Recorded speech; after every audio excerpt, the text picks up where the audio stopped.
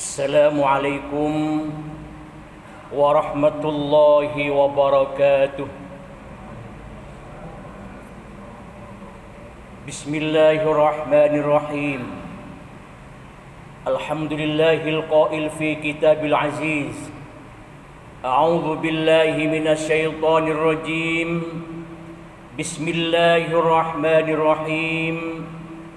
يا أيها الذين آمنوا إذا قيل لكم تفسحوا في المجالس فافسحوا يفسح الله لكم وإذا قيل انشزوا فانشزوا يرفع الله الذين آمنوا منكم والذين أوتوا العلم درجات والله بما تعملون خبير.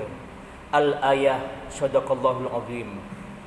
Hadratul kurama wal fudala, para masyayikh, para kiai, para satid, tuan-tuan imam, pengurusi Masjid Al-Hidayah, kawasan Sungai Buloh, Selangor, Malaysia.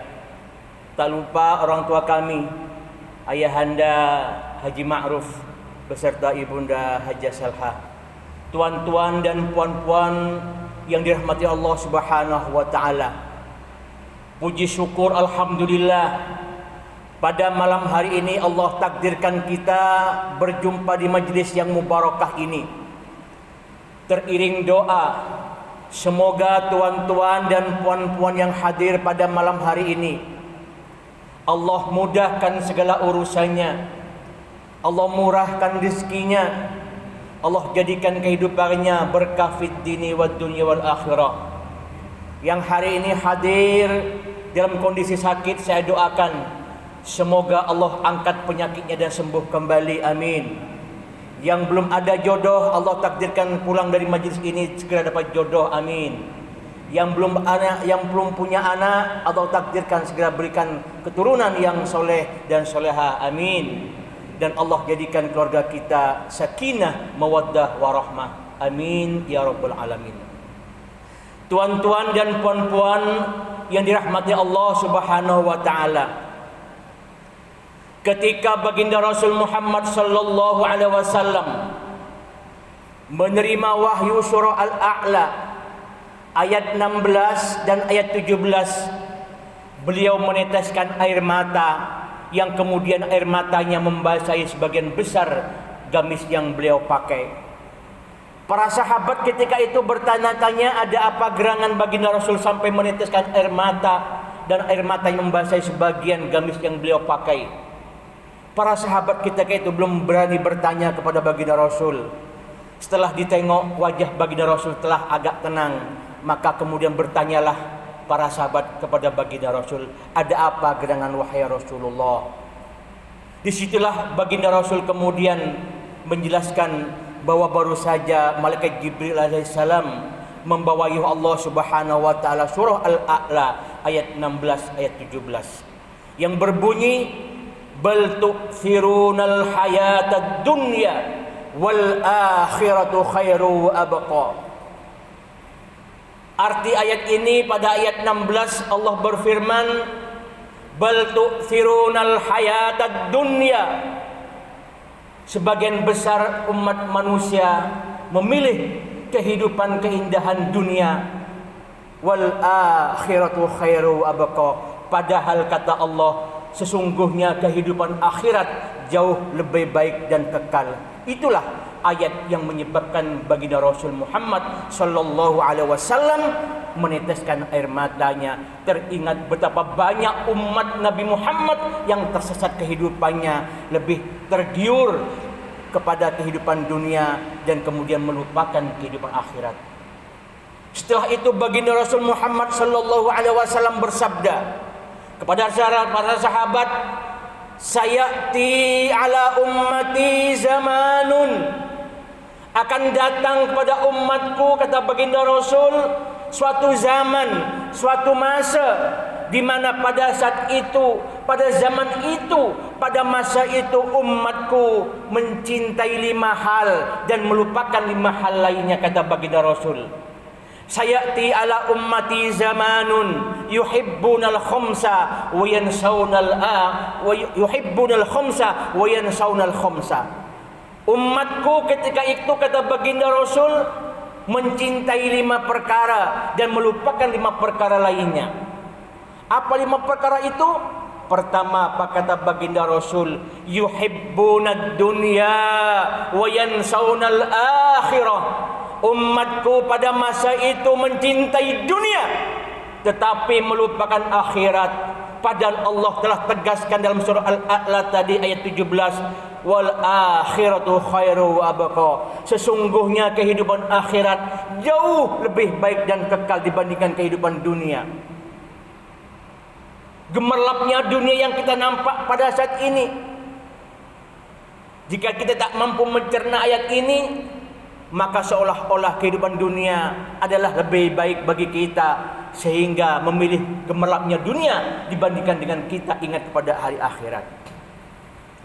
Yang kedua, kata baginda Rasul, ketika zaman itu umatku wa yuhibbunal qusura wa yansaunal qubura. Umatku lebih mencintai gedung-gedung yang mewah, gedung-gedung yang tinggi, dan melupakan kuburan.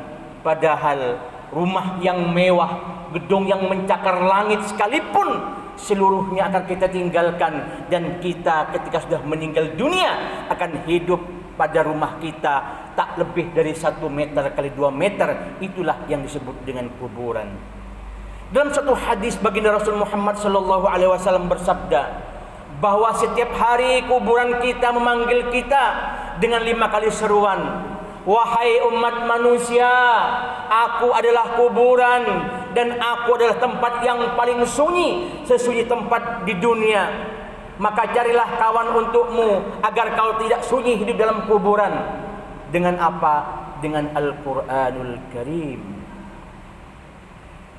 Yang kedua, kuburan menyeru kepada umat manusia, wahai manusia, aku adalah tempat yang sangat gelap di dunia ini, maka carilah penerang untukmu. Dengan apa diterangi kuburan kita? Dengan amal soleh, dengan sholat, sedekah, dan ibadah lainnya.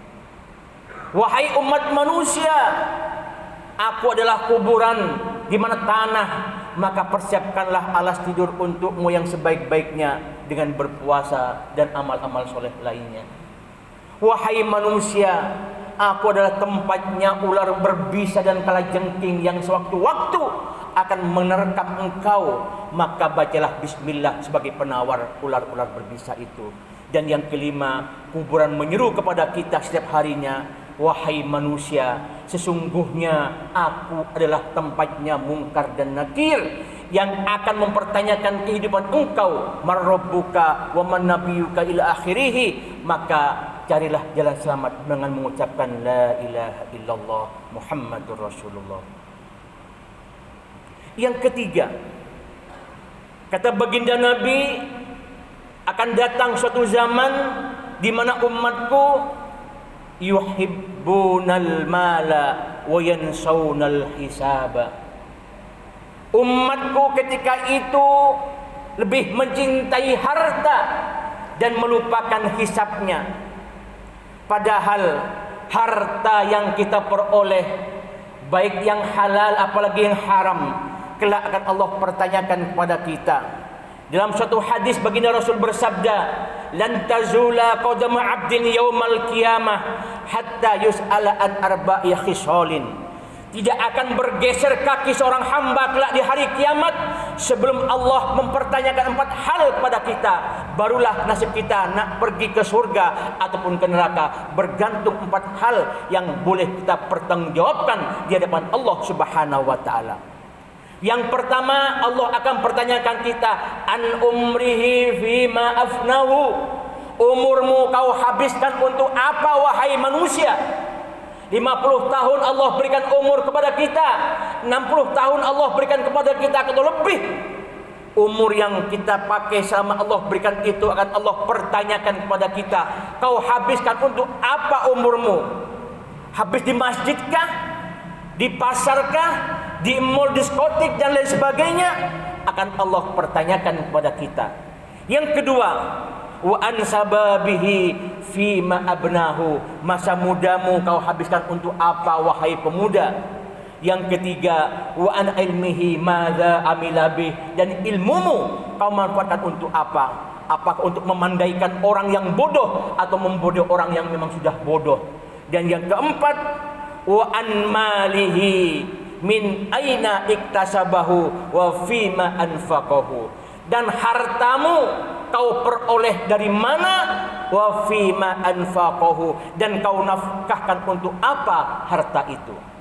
Kalau urusan umur, Allah pertanyakan satu hal kepada kita, kau gunakan untuk apa umurmu? Masa muda satu tanya Allah pada kita, bagaimana dengan masa mudamu?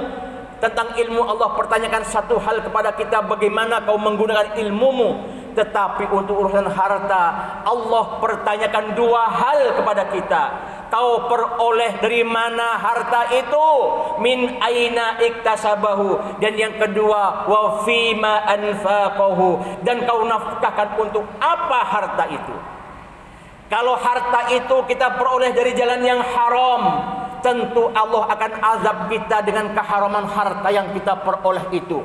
Harta yang kita peroleh dari korupsi, mencuri dan lain sebagainya, Allah akan azab atas perbuatan kita di dunia itu.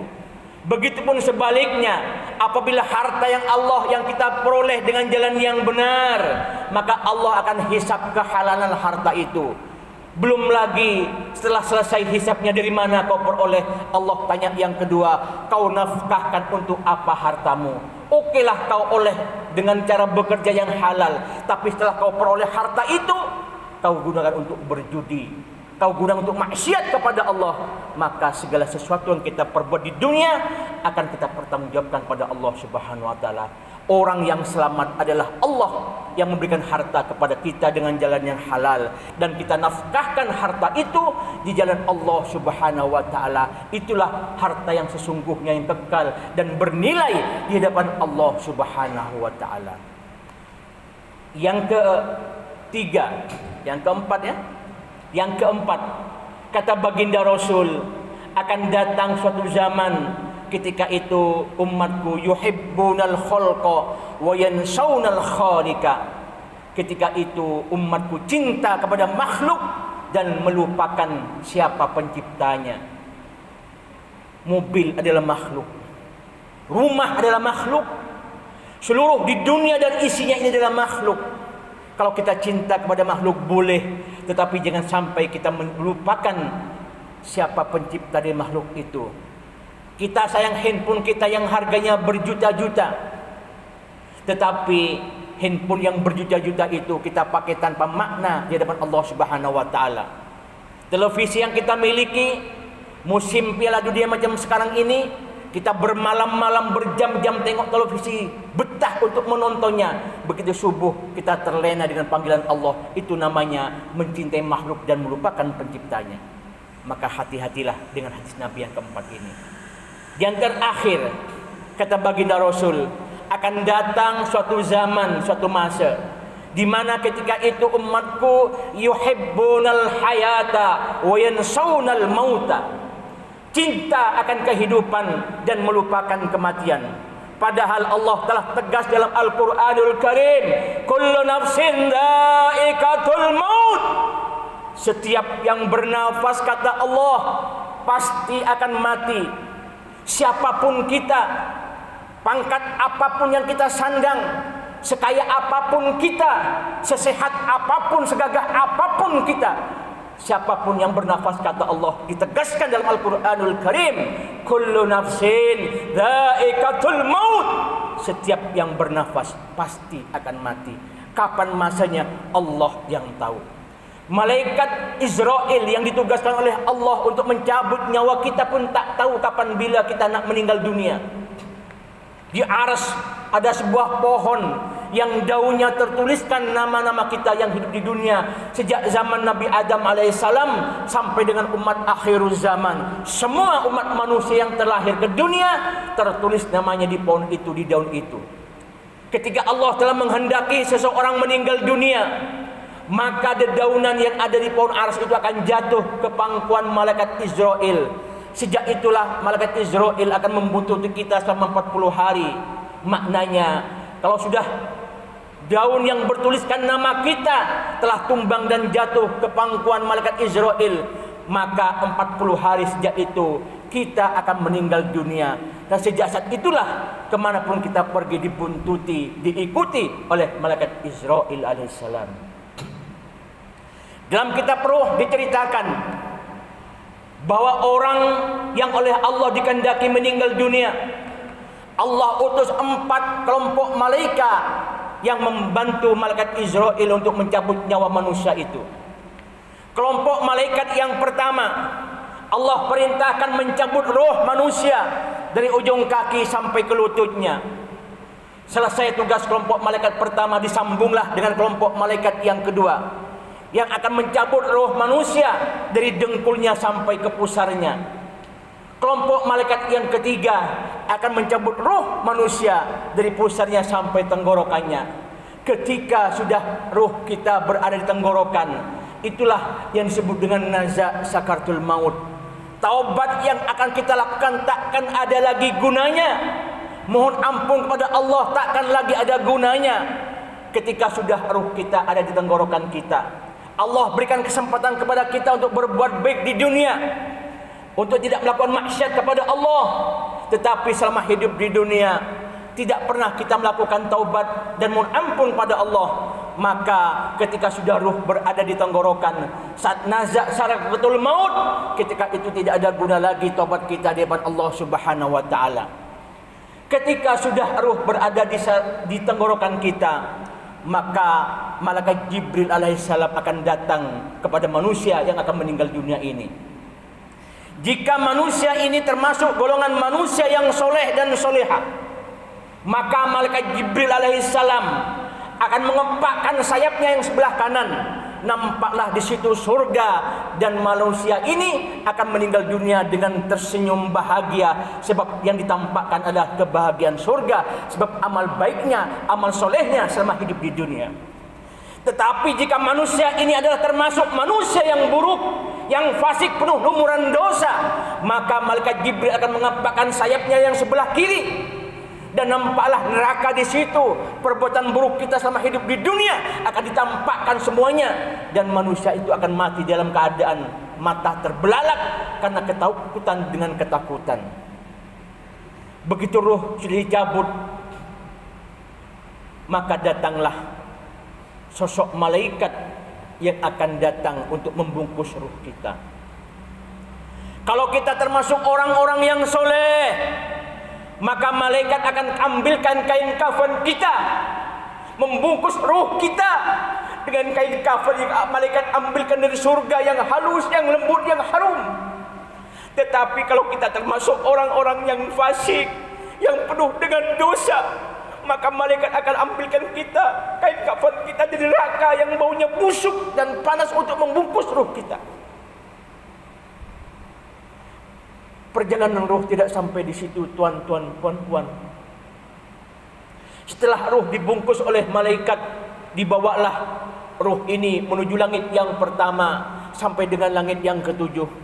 Bila ruh yang dibungkus ini oleh malaikat termasuk ruh orang yang soleh, maka setiap malaikat penjaga langit 1, 2 sampai ke 7 akan berdoa untuk ruh ini. Selamatlah wahai ruh, lanjutkan perjalananmu sampai ke aras. Begitu sebaliknya, apabila ruh kita termasuk orang-orang yang fasik, yang penuh lumuran dosa, tak sempat mohon ampun bertaubat kepada Allah, maka setiap lapisan langit yang akan dilewati oleh kita, malaikat semuanya mengucapkan laknatullah, laknatullah wahai kau ruh. Sampailah kemudian ruh itu oleh malaikat pada suatu tempat yang namanya suatu kitab di ars, namanya Kitabum Marqum. Kitabum Marqum adalah kitab tempat mencatat seluruh amal baik dan seluruh amal buruk hidup di dunia. Tak akan ada satupun amal yang terlepas dari catatan malaikat yang kita lakukan selama hidup di dunia. Semuanya amal akan tercatat di Kitabum Marqum itu. Perjalanan ruh belum selesai, tuan-tuan, puan-puan.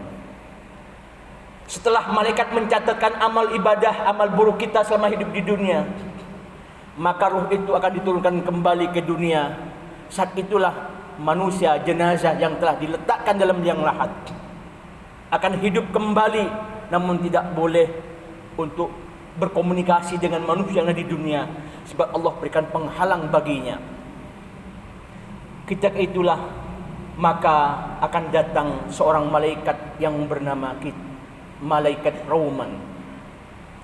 Malaikat Roman ini Allah tugaskan untuk membangunkan orang yang telah meninggal dunia, yang telah diletakkan dalam liang lahat kuburan. Bertanyalah jenazah itu, "Wahai fulan, siapakah engkau?" Berkatalah malaikat, "Aku adalah malaikat Roman." Diperintahkan oleh Allah sebelum datangnya malaikat Munkar Nakir yang akan bertanyakan engkau. Aku diperintahkan oleh Allah, "Wahai engkau, sekarang kuperintahkan kau tuliskan segala amal baik yang kau lakukan selama hidup di dunia." Bertanyalah jenazah, "Aku tulis di mana wahai malaikat?" "Kau tulis dalam kain kafanmu." "Penanya menggunakan apa wahai malaikat?" "Kau gunakan telunjukmu sebagai pena." "Inknya pakai apa wahai malaikat?" "Kau gunakan ludahmu sebagai inknya." Telunjuk yang kita miliki, kain kafan yang kita pakai di kubur, dan ludah yang kita miliki ini kelak berfungsi sebagai ink. Telunjuk kita berfungsi sebagai pena, dan kafan kita berfungsi sebagai kertas untuk menuliskan amal ibadah kita selama hidup di dunia. Maka mayit ini akan segera menulis seluruh amal baiknya selama hidup di dunia. Sedekah yang dia lakukan untuk masjid dia tulis besar-besar dalam kain kafannya. Menyantuni yatim dia tulis dalam kain kafannya. Menderma kepada masjid, surau, pesantren, madrasah, semua dia tulis dalam kain kafannya. Seluruh amal baik yang dia lakukan di dunia, seluruhnya dia tulis dalam kain kafannya.